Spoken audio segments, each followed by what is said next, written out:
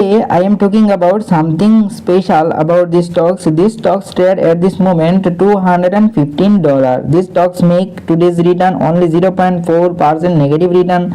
In the last 5 days, these stocks lose money as it is 0% return. In the last 1 month, these stocks make only 2% negative return.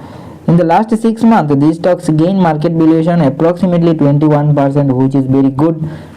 Here you can see year to date return, which is 18% return, and 1 year's return, these stocks make approximately 50% gain.